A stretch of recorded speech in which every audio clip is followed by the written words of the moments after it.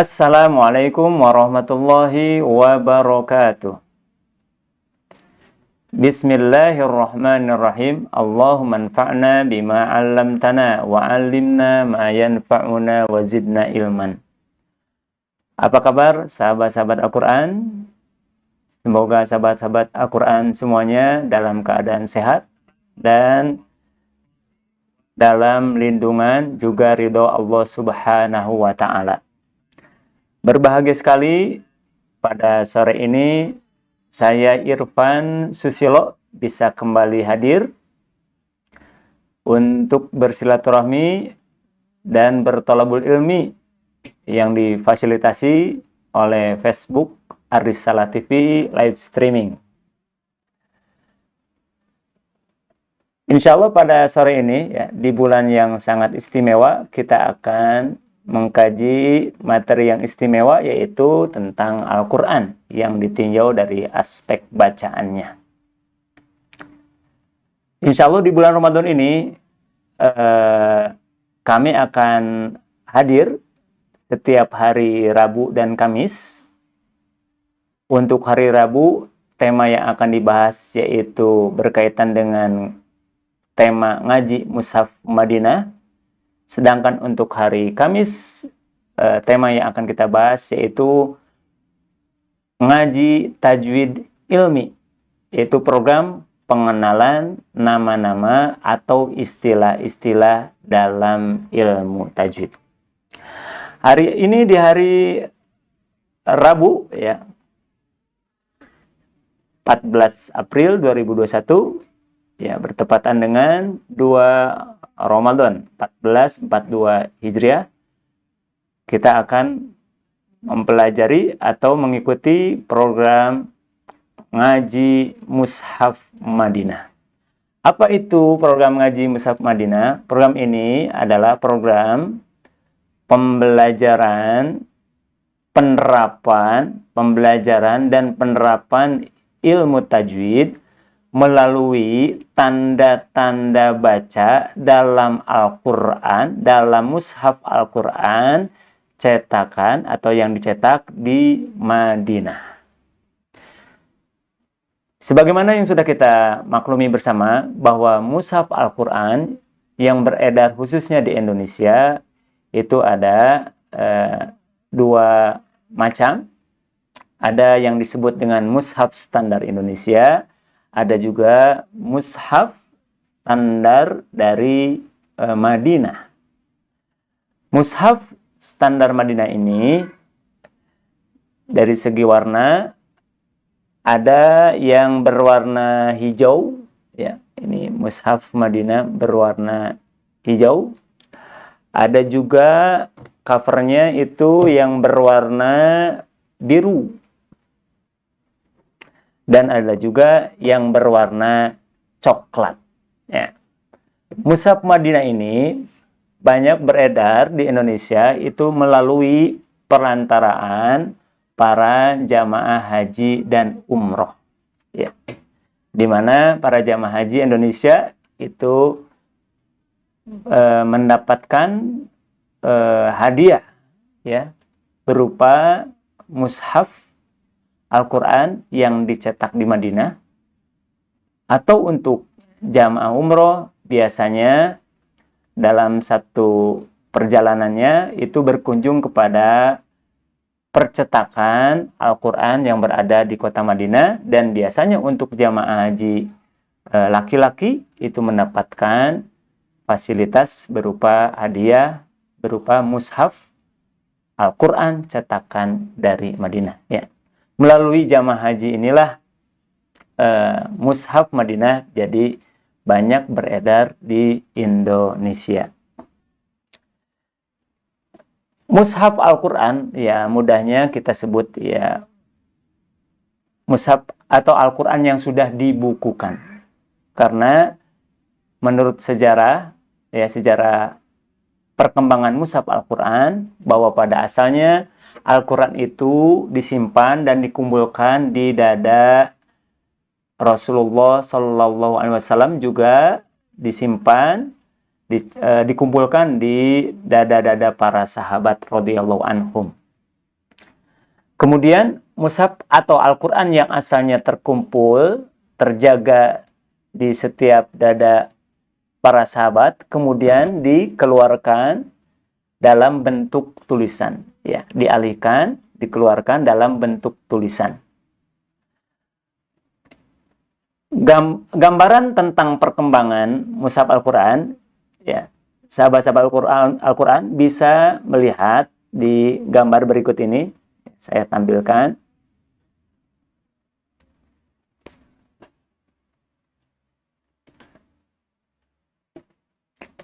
Ya, pada gambar ini kita bisa memperhatikan bahwa ada 4 tahapan perkembangan penulisan Al-Quran, ya, yang asalnya dalam bentuk hafalan dikeluarkan dalam bentuk tulisan, kemudian ya dikumpulkan, dibukukan, atau yang sekarang kita kenal dengan istilah dimushafkan. Itu kurang lebih gambarnya mengalami 4 tahapan perkembangan penulisannya. Yang pertama, tahap pertama, mushaf Al-Quran pada asalnya berisi hanya goresan huruf saja, alias kosong dari tanda harokat fathah, kasroh, dan domah, juga kosong dari tanda titik pembeda untuk huruf-huruf yang secara penulisan memiliki kesamaan. Kemudian setelah banyak kaum muslimin non-Arab yang masuk Islam, sehingga ditemukan terjadinya kesalahan baca, ya, salah baca ketika membaca Al-Quran. Ditemukan terjadinya kesalahan-kesalahan dalam membaca Al-Quran, yaitu diantaranya banyak terjadi tertukar bunyi, ya, bunyi harokat antara A, I, dan U-nya, ya. Dari kejadian ini, maka para ulama terdorong untuk melengkapi mushaf Al-Quran yang isinya asalnya berupa goresan huruf, maka lahirlah tahapan yang kedua, yaitu mushaf Al-Quran dilengkapi, ditambahkan dengan tanda titik, yang tanda titik ini adalah sebagai isyarat bunyi A, I, U-nya. Sebagai isyarat huruf yang dibaca fathah, kasroh, dan domah. Tandanya tanda titik. Tanda titik untuk menunjukkan bacaan fathah, kasroh, dan domah itu disebut dengan naqtul i'rab, ya, titik untuk pembeda i'rab, ya, titik yang menunjukkan bunyi A, I, U. Naqtul i'rab. Apabila titiknya disimpan di atas huruf, maka itu adalah tanda bahwa huruf tersebut berharokat fathah, ya, mulut membuka. Sedangkan apabila tanda titiknya disimpan di bawah, maka itu untuk menunjukkan bunyi I, kasroh, alias JR. Sedangkan apabila tanda titiknya disimpan sedikit di depan huruf, maka itu adalah menunjukkan huruf tersebut dibaca dengan domah. Kemudian berkembang lagi di tahapan berikutnya, Al-Quran atau mushaf Al-Quran ditambahkan dengan cara dilengkapi tanda titik untuk membedakan huruf-huruf yang serupa, huruf-huruf yang memiliki kesamaan dari segi penulisannya. Maka gambarannya adalah ada di baris yang ketiga. Muncullah 2 titik, ada titik i'rab, titik untuk membedakan mana bunyi A, I, U. Kemudian ada titik i'jam namanya, naqtul i'jam, titik untuk membedakan huruf-huruf yang serupa, huruf-huruf yang memiliki kesamaan dari segi tulisan, seperti huruf ba, huruf ta, huruf tha, semuanya sama secara penulisan. Kalau kita buang titiknya, itu tulisannya sama dalam bentuk seperti perahu. Nah, untuk membedakan mana ba, mana ta, mana tha, mana na, maka dilengkapi dengan tanda titik pembeda, disebut naktul i'jam. Kalau yang tadi yang pertama, baris yang kedua itu adalah menambahkan naktul i'rob, tanda titik untuk huruf yang menunjukkan dibaca fathah, kasroh, dan doma. Sedangkan untuk gambar atau baris yang ketiga ini ditambahkan pula naktul i'jam, yaitu titik untuk membedakan huruf-huruf yang mirip. Seperti ja, ha, kho, itu kalau kita hapus titiknya, yaitu bunyinya sama saja. Apa gambarnya sama, tapi untuk mengetahui perbedaan bunyinya kita susah. Maka dengan dicantumkannya naktul i'jam, titik pembeda, kita bisa mudah mengenali mana itu ja, mana ha, mana kho. Kemudian di tahap berikutnya yang keempat, sebagaimana ada digambar, lihat baris yang keempat, ini mushaf Al-Quran yang sudah dikembangkan oleh generasi berikutnya, oleh para ulama generasi berikutnya. Maka jadilah seperti yang kita saksikan saat ini, bahwa dalam mushaf Al-Quran itu bukan hanya kita temukan tulisan-tulisan hurufnya, tapi sudah serba ada, dilengkapi dengan titik dan tanda baca. Tentu saja penambahan titik dan tanda baca tidak lain adalah untuk kemudahan kita, kemudahan generasi kita dalam membaca Al-Quran, supaya tidak salah baca dan supaya tidak asal baca. Itulah hikmah dan manfaat dari tanda-tanda titik dan tanda-tanda baca yang sekarang kita saksikan di mushaf Al-Quran, baik itu mushaf cetakan dari Madinah ataupun mushaf Al-Quran cetakan standar Indonesia. Ya. Pada kesempatan kali ini kita akan coba menyicil, membahas tanda demi tanda, ya, tanda demi tanda baca, tanda-tanda baca yang ada dalam mushaf Madinah. Ya, kita akan mempelajari bersama tanda-tanda yang muncul, yang nampak ketika kita membuka mushaf Al-Quran yang dicetak dari Madinah. Tentu saja bagi sahabat Al-Quran yang biasa membaca bertadarus menggunakan mushaf standar Indonesia, itu ketika membuka mushaf Madinah itu akan ditemukan tanda-tanda, ya bisa dikatakan tanda-tanda yang aneh, karena tanda-tanda tersebut tidak biasa muncul di mushaf Indonesia. Karena kalau kita bandingkan antara mushaf Madinah dan mushaf Indonesia adalah perbedaannya bukan dari cara bacanya, tapi yang akan membedakan antara mushaf Indonesia dan mushaf Madinah adalah dari segi tanda-tanda bacanya. Untuk mushaf Indonesia, ternyata tanda-tanda bacanya, begitu juga tulisannya, itu mengikuti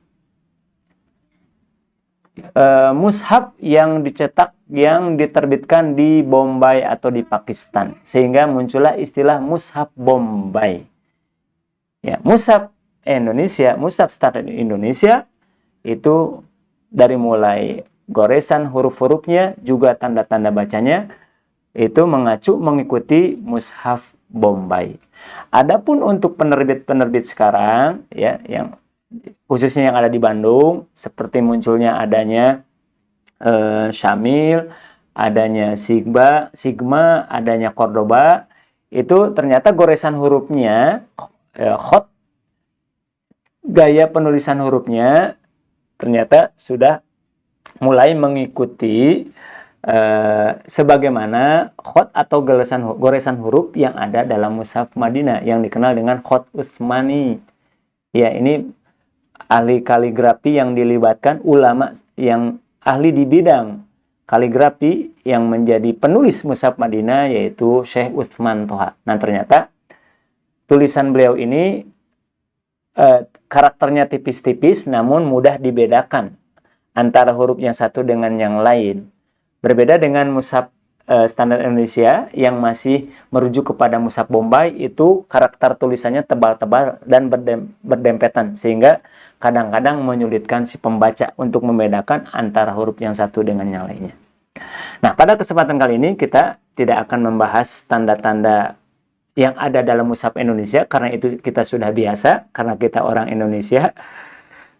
Namun kita akan mencoba mempelajari tanda-tanda baca yang ada dalam mushaf Madinah. Ya, materi ini penting kita pelajari karena mungkin kita sendiri atau keluarga kita atau saudara kita banyak ditemukan sudah memiliki mushaf Madinah, namun mushafnya tidak pernah dipakai, tidak pernah dibuka, tidak pernah dibaca. Hanya disimpan saja di lemari karena mungkin kita masih belum paham dengan tanda-tanda baca yang ada di dalamnya. Nah, supaya kita menghilangkan ya tadi kebingungan dalam membaca mushaf Madinah, maka disinilah kami mencoba ingin mengajak khususnya sahabat-sahabat Al-Quran yang sudah memiliki mushaf Madinah tapi masih bingung cara menggunakannya.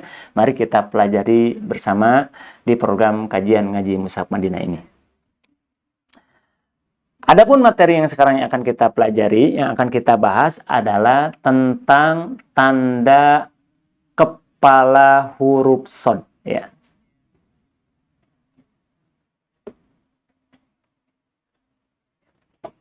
Yang akan kita pelajari yaitu dalam mushaf Madinah ditemukan tanda kepala huruf shad.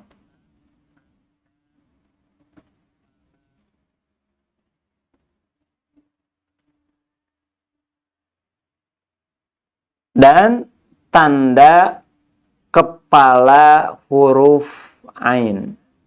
Nah, ini materi kita hari ini. Kita akan mempelajari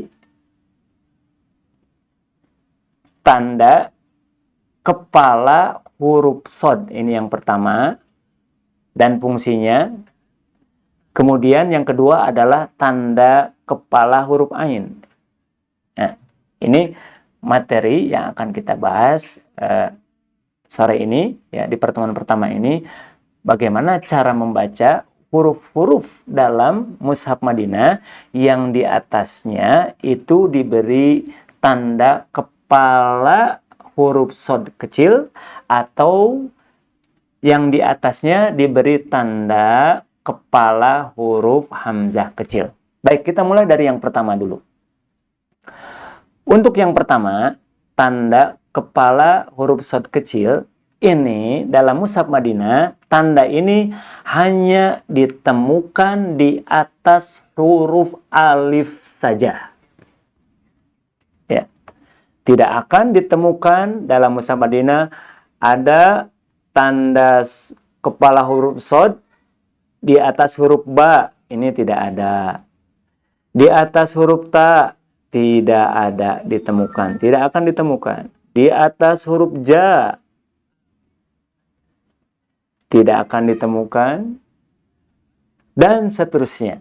Ya. Jadi tanda kepala huruf shad itu tidak akan ditemukan di huruf-huruf hijaiyah yang ada dalam mushaf Madinah kecuali satu huruf saja, yaitu huruf alif. Nah, disinilah tanda shad, tanda kepala huruf shad akan kita temukan dalam mushaf Madinah, yaitu disimpan di atas huruf alif saja. Sedangkan berikutnya, tanda yang kedua, tanda kepala huruf ain. Dalam mushaf Madinah itu ditemukan di atas huruf alif juga, namun posisinya kadang disimpan di atasnya atau kadang disimpan di bawahnya. Jadi ada alif di mushaf Madinah, di mushaf ya Madinah. yang di atasnya diberi tanda kepala huruf ain, kadang di atasnya atau kadang di bawahnya. Inilah materi yang sekarang akan kita bahas. Ada tanda kepala huruf shad di atas alif, dan ada tanda kepala huruf ain yang disimpan di atas alif juga di bawah alif.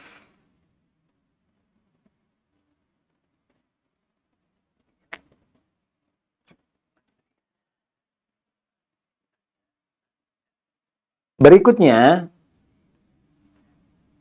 kita kenalan dengan namanya. Huruf alif yang di atasnya ditandai dengan tanda kepala huruf shad kecil, maka sebutlah alif tersebut dengan alif wasol atau hamzah wasol. Ya, kita sebut alif wasol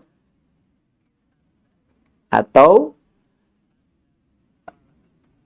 kita sebut hamzah wasol. Ya. Ya. Alif-alif, sekali lagi, alif-alif dalam mushaf Madinah yang di atasnya diberi tanda kepala huruf shad kecil, maka sebutlah alif tersebut adalah dengan alif wasol atau hamzah wasol. Ya. Sedangkan alif-alif, huruf alif dalam mushaf Madinah yang di atasnya ditandai kepala huruf ain atau di bawahnya juga ditandai dengan kepala huruf ain, maka alif tersebut menunjukkan alif koto atau hamzah koto. Ya.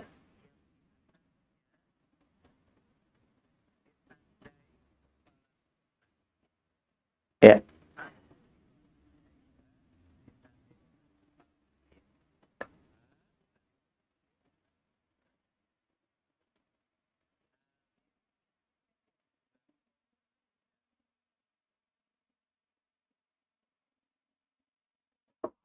Jadi sekali lagi, kalau kita menemukan huruf alif yang di atasnya ditandai dengan kepala huruf shad kecil, berarti menunjukkan bahwa alif tersebut adalah alif wasol atau kita sebut hamzah wasol. Sedangkan huruf alif yang di atasnya diberi tanda kepala huruf ain atau di bawahnya, maka itu menunjukkan bahwa alif tersebut adalah kita sebut alif koto atau hamzah koto. Demikian, sahabat-sahabat Al-Quran, sudah kita pelajari, sudah kita kenali materi kita hari ini, yaitu tentang tanda kepala huruf shad dan tanda kepala huruf ain. Untuk tanda kepala huruf shad akan ditemukan di atas huruf alif, sedangkan tanda kepala huruf ain ditemukan di atas alif atau kadang di bawahnya. Alif yang bertanda kepala huruf shad kecil sebutlah alif wasol atau hamzah wasol, sedangkan alif yang di atasnya ditandai dengan kepala huruf ain atau di bawahnya, maka sebutlah alif tersebut alif koto atau hamzah wasol. Berikutnya kita akan masuk ke cara pembacaannya. Bagaimana cara membaca alif wasol, bagaimana cara membaca hamzah wasol, dan bagaimana cara membaca hamzah koto. Kita mulai dari cara membaca hamzah wasol. Cara membaca hamzah wasol, ya, atau alif wasol.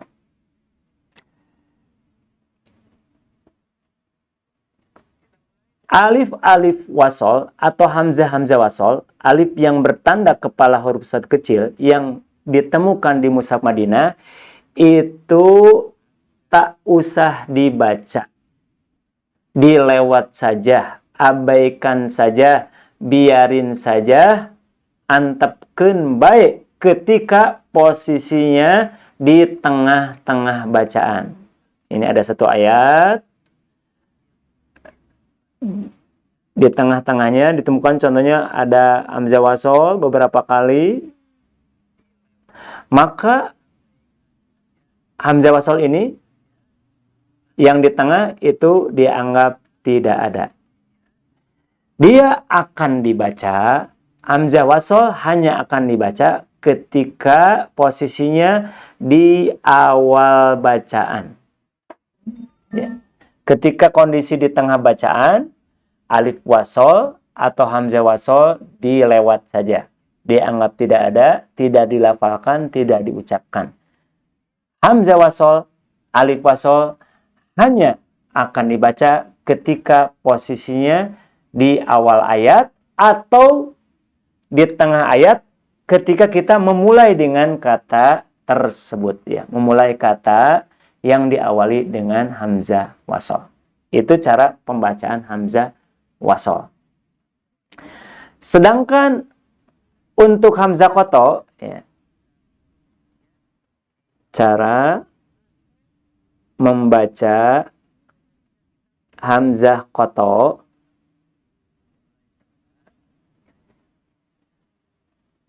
caranya adalah hamzah ini, alif ini senantiasa dibaca dimanapun tempatnya. Nah, ini perbedaannya.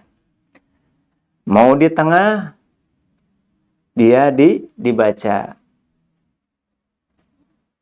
Mau di awal, juga dibaca. Ini perbedaannya. Hamzah wasol di tengah tidak dibaca, dilewat, dia akan dibaca ketika di awal bacaan saja. Sedangkan untuk hamzah qoto, dia harus dibaca dimanapun posisinya berada. Mau di awal ayat, mau di tengah ayat, itu hamzah qoto mesti dibaca. Demikian perbedaan cara membaca alif wasol, hamzah wasol, atau alif qoto, atau kita sebut hamzah qoto. Untuk hamzah wasol, dilewat saja, dianggap tidak ada, tidak diucapkan kecuali kalau posisinya di awal ayat atau di awal bacaan. Sedangkan hamzah qoto, alif yang di atasnya atau di bawahnya ada tanda kepala huruf ain, kita harus membacanya dimanapun posisinya. Baik, kalau sudah dipahami materi ini, sekarang mari kita membuka mushaf Madinahnya. Ya, kita buka mushaf Madinahnya. Kita cari mana yang dimaksud, ya, dengan materi yang tadi, ya. Mana contoh-contoh yang dimaksud dengan materi tentang hamzah wasol dan hamzah qoto ini. Baik, kita buka dulu mushafnya.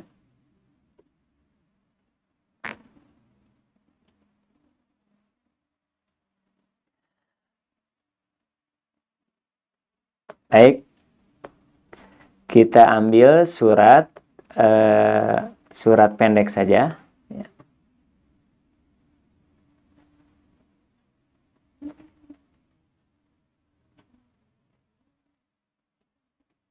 Kita mulai dari surat yang paling akhir, yaitu surat An-Nas. Kita buka dulu surat An-Nasnya.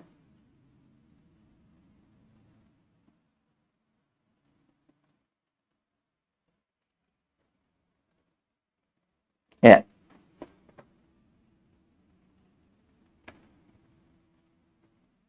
Kita buka surat An-Nasnya. Ya. Siap-siap kepada sahabat Al-Quran untuk mencoba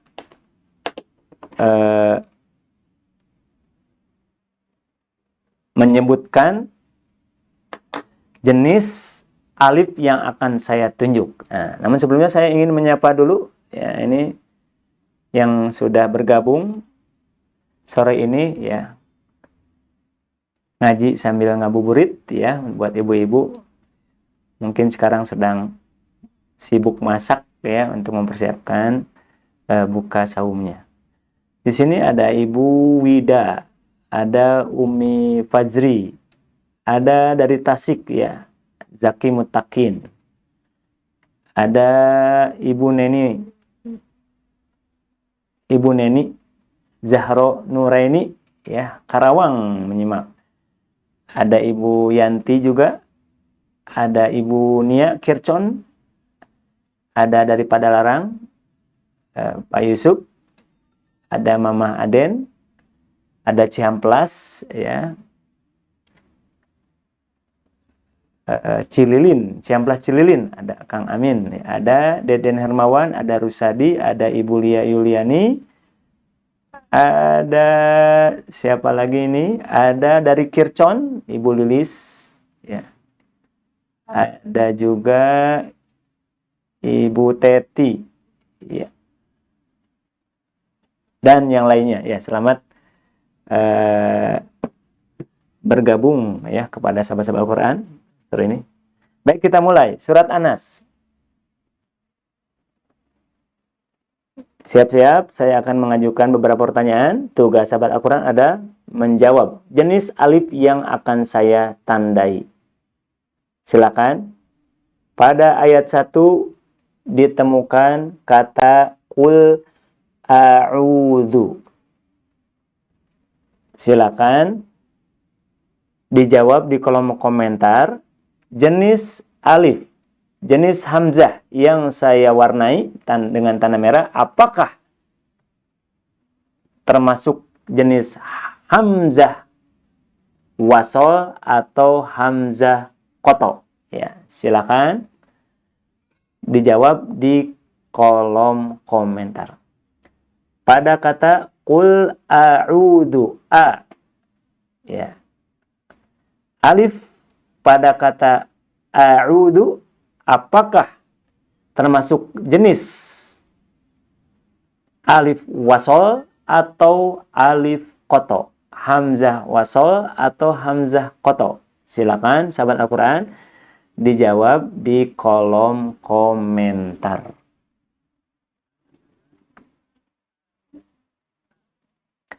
Ada dari Ngamprah juga sudah hadir, Ibu Nolis.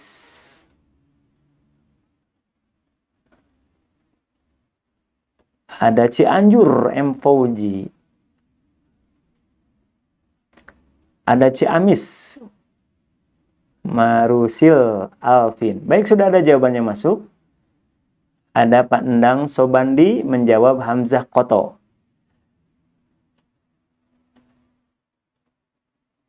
Ada Pak Rusadi menjawab hamzah qata. Ada Ibu Yanti menjawab hamzah qata. Ada Ummu Kunna hamzah qata.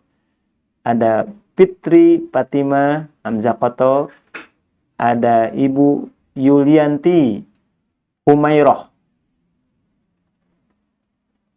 Ada Rahman Taufik, ya, Garut. Bukan menjawab. Ada Ibu Puji Astuti hamzah qata. Ada Syakila Kebaya Bordil Manual hamzah qata.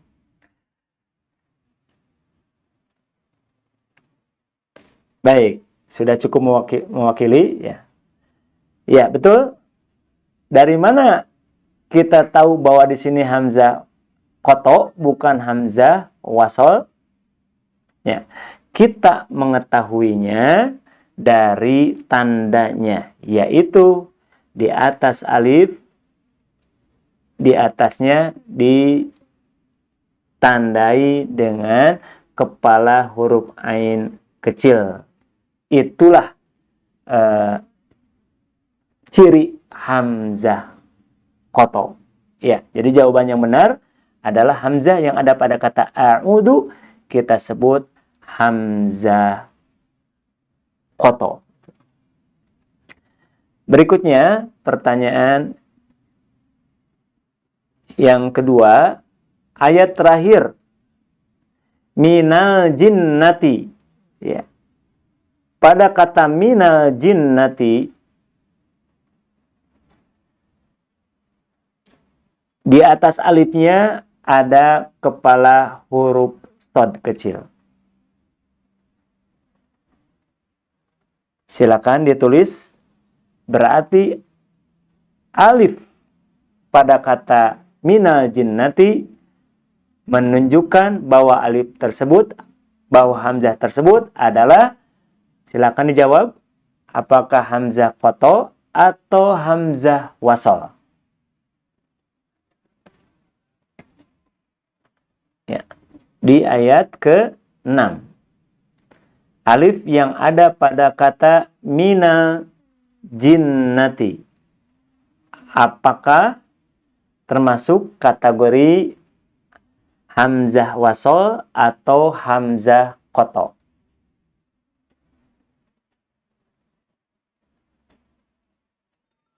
Baik, sudah ada yang menjawab. Ada Syakila Kebaya Bordil Manual menjawab hamzah wasol. Ibu Yanti Resmiarti menjawab hamzah wasol. Ada sini Pak Rusadi, alif atau hamzah wasol. Ada Fitri Fatimah, hamzah wasol. Ada Pak Endang Sobandi, hamzah wasol. Ada Ibu Teti N ya daripada Larang, hamzah wasol. Ada Ibu Puji Astuti, hamzah wasol. Ada Ibu Juwita, hamzah wasol. Ibu Yulianti, hamzah wasol. Ada Pak Atep Rijal, hamzah koto. Oh, beda nih jawabannya. Ada Pak Sanib Sandika, hamzah wasol. Baik, sudah cukup mewakili. Jawaban yang benar pada contoh alif yang terdapat pada kata minal jinnati adalah kita sebut alif wasol atau hamzah wasol. Dari mana kita tahu bahwa di sini adalah alif wasol, bahwa alif di sini adalah hamzah wasol? Kita mengetahuinya dari tandanya. Apa tandanya? Di atas alif pada kata minal jinnati dicantumkan tanda kepala huruf shad kecil. Ya, jadi jawaban yang benar adalah alif di kata a'udhu di ayat 1 kita sebut alif koto atau hamzah koto karena di atasnya ada kode kepala huruf ain, sedangkan alif pada kata minal jinnati wan nas ini adalah kita sebut alif wasol karena di atasnya ditandai dengan kepala huruf shad. Nah, adapun cara pembacaannya tadi sudah kita pelajari. Alif koto, hamzah koto dimanapun tempatnya harus kita baca. Sedangkan alif wasol, hamzah wasol hanya dibaca ketika posisinya di awal ayat saja. Ya. Berarti di sini kita perhatikan ayat 1 ini hamzah wasol, kita lewat. Hamzah wasol, kita lewat. Hamzah wasol di ayat 3 dilewat. Di ayat 4 lewat karena posisinya di tengah. Dilewat. Adapun di ayat kelima hamzah wasolnya harus dibaca karena posisinya ada di awal ayat atau di awal bacaan. Ingat, hamzah wasol hanya ada yang hanya dibaca ketika di awal ayat atau di awal bacaan. Baik, akan saya praktekkan surat Anas ini, akan saya baca. A'udzu billahi minasy syaithanir rajim. Bismillahirrahmanirrahim. Qul a'udzu birabbin nas, malikin nas, ilahin nas, min syarril waswasil khannas, alladzi. Kenapa hamzah wasalnya dibaca di ayat 5? Karena posisinya di awal. Alladzi yuwaswisu fi sudurin nas minal jinnati wan nas. Ya. Demikian perbedaan mana hamzah qata dan mana hamzah wasal, berikut cara pembacaannya. Terakhir, mari kita bandingkan dengan mushaf Indonesia, mushaf standar Indonesia. Kita buka mushaf Indonesianya. Ya, saya buka. Baik. Perhatikan sahabat Al-Quran, di mushaf Indonesia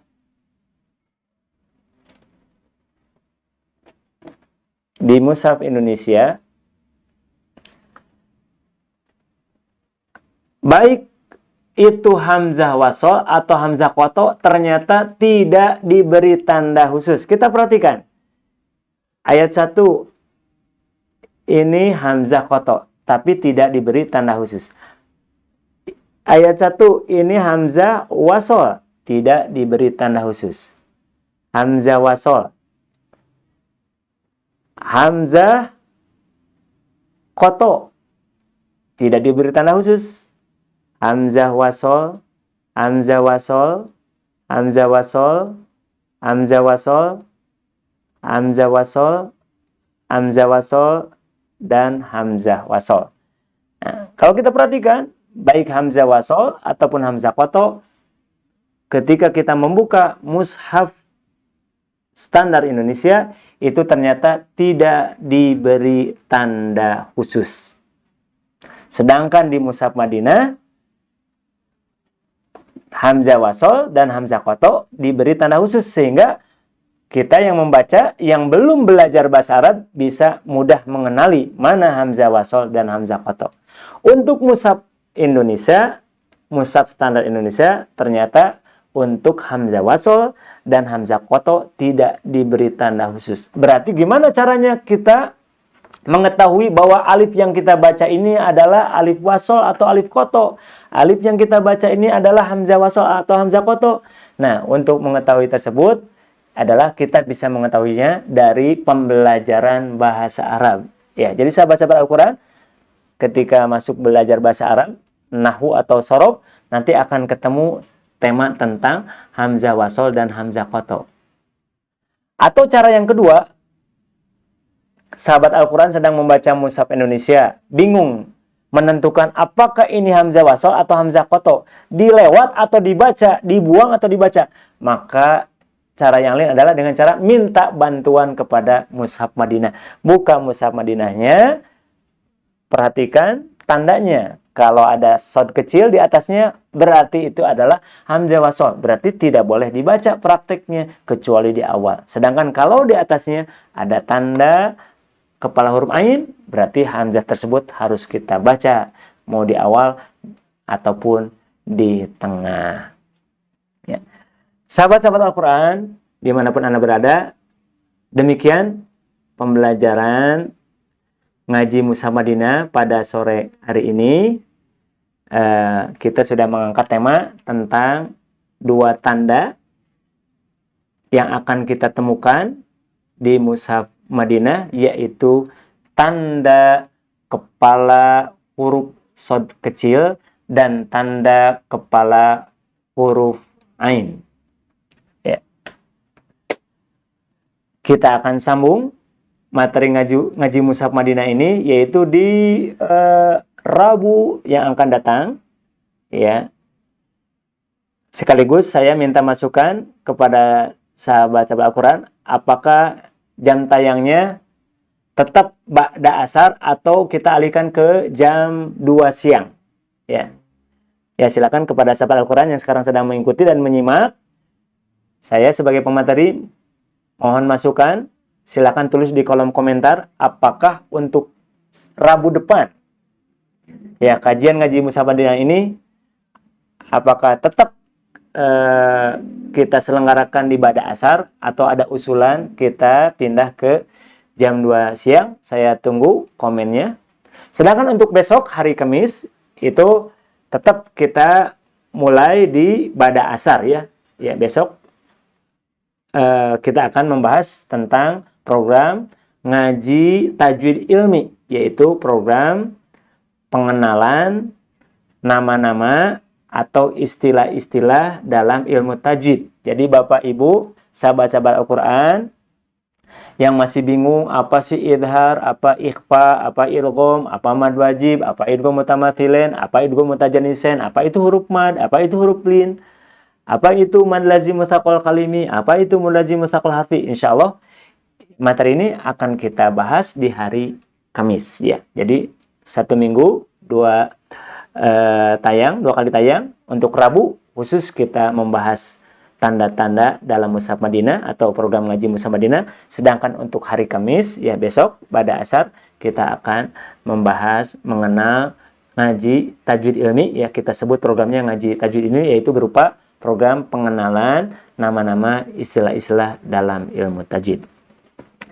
Akhirnya saya Irfan Susilo mohon pamit undur diri.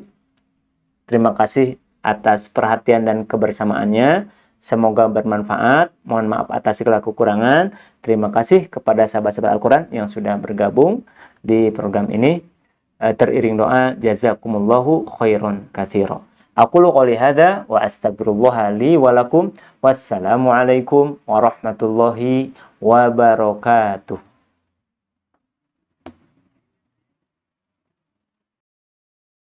Thank you.